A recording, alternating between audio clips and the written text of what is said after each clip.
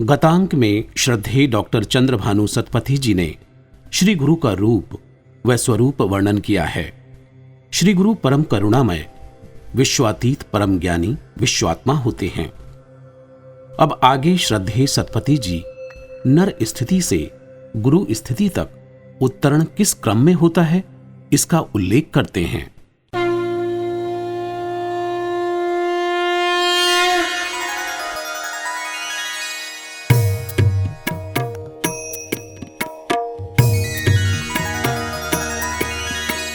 हे गुरु दीने नर परे जनमी थिलु देह धरी माया रे थिलु तू आछन्न मेघाकाश रे अबाजहन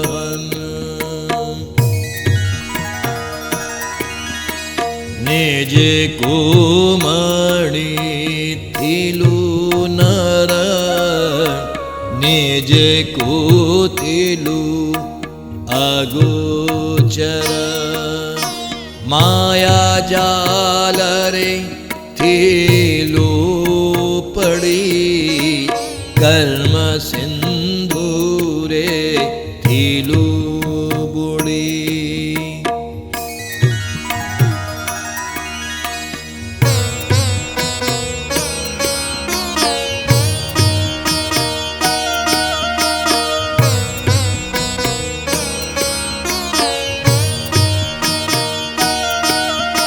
प्रभु कृपारु तोते दिने मिलिले सद्गुरु जने से स्पर्श मणिर परशे दिव्य पथ धरि दूषेशे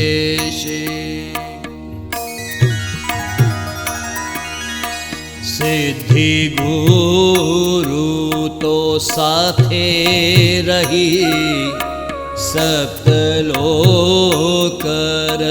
बाट देई हाथ को धरी टाणी ने ले सूक्ष्म भुवन देखाई ले सूक्ष्म लोके करी प्रवेश देखिली सूक्ष्म प्रकाश सूक्ष्म अनुभव परे चलिलो मानस लो करे मन को शेषे नाश कलु मन लोक को जय कलु मन लोकर ऊर्ध्वे जाई परमहंस हेलु तुही ब्रह्मस्थ ब्रह्मनिष्ठ हेलु जीवन मुक्त जे होइलु प्रवेशी तुरिया स्थिति रे रहिलु केवलल्यावस्था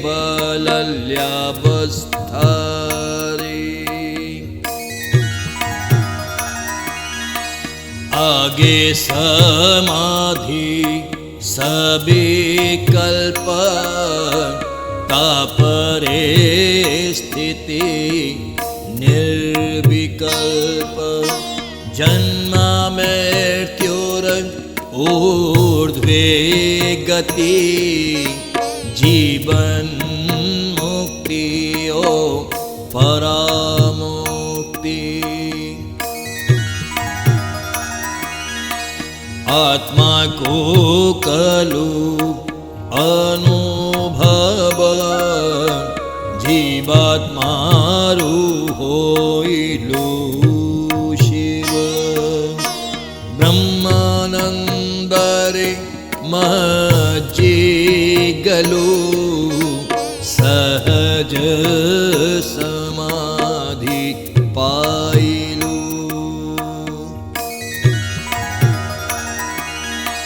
जीवात्मारु हेलु शिवात्मा होइलु परम मुक्त आत्मा साधिलु प्रभुंक करम बोलाइलु पुरुषोत्तम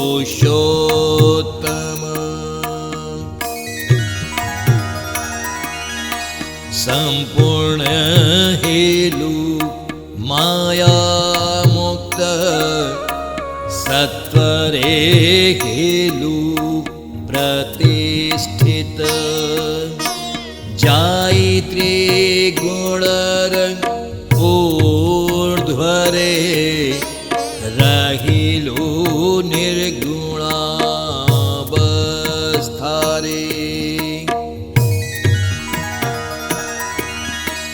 त्रिगुणातीत जोगी बर काटिलु बंधन मायार सच्चिदानंद भावनेलु आनंद भुवने रहिलु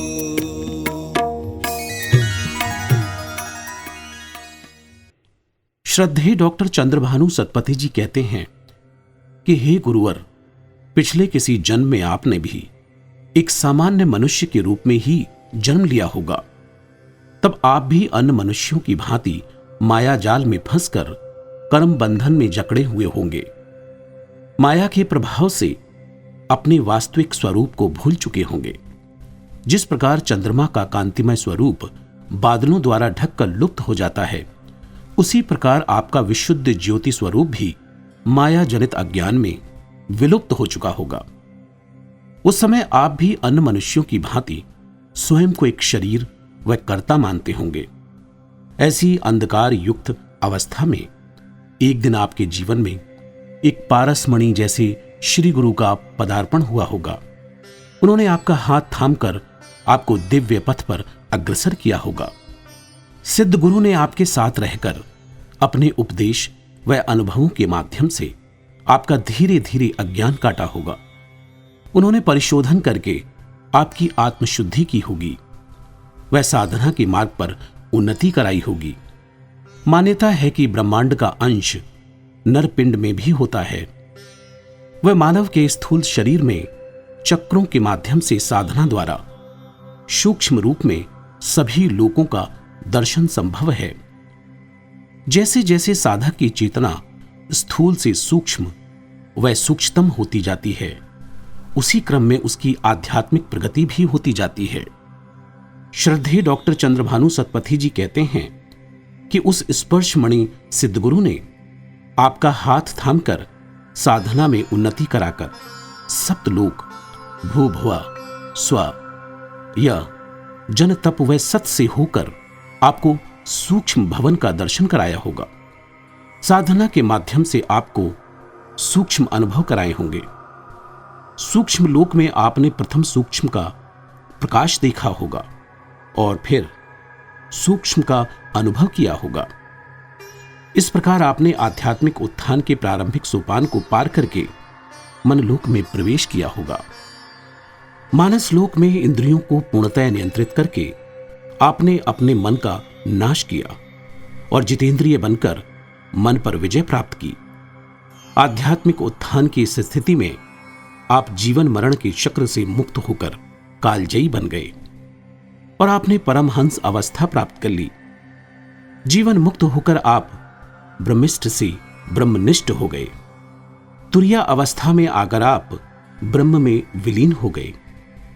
यह निर्विकल्प समाधि की वो अवस्था है जिसमें परब्रह्म की लीला का निर्बाध दर्शन होता है। वह ज्ञाता और ज्ञान का विभेद समाप्त हो जाता है। साधक को अपने स्थूल शरीर की सुध-बुध नहीं रहती।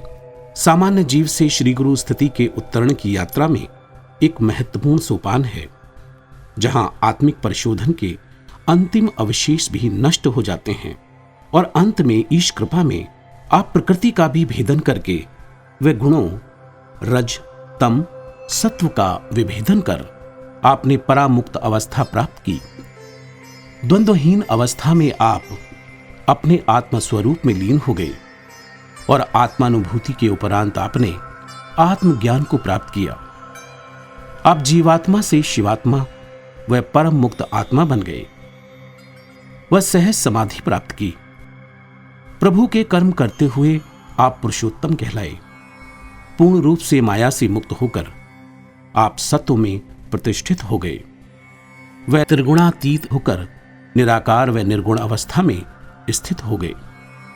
सच्चिदानंद भाव धारण करके आप आनंद भवन में रहने लगे और आपने उत्तरण की सर्वोच्च स्थिति प्राप्त कर ली। इन पंक्तियों में श्रद्धेय डॉक्टर चंद्रभानु सतपथी जी ने नर स्थिति से गुरु स्थिति के अत्यंत गूढ़ क्रमिक विकास का अति सुंदर वर्णन किया है। यह अति दुर्लभ ज्ञान प्रदान कर उन्होंने साधकों को कृतार्थ किया है। सभी सामान्य जन इससे लाभान्वित हों, इसी उद्देश्य से उन्होंने श्री गुरु भागवत महाग्रंथ की रचना की। क्रमशः जय श्री गुरुदेव, जय श्री गुरु भागवत।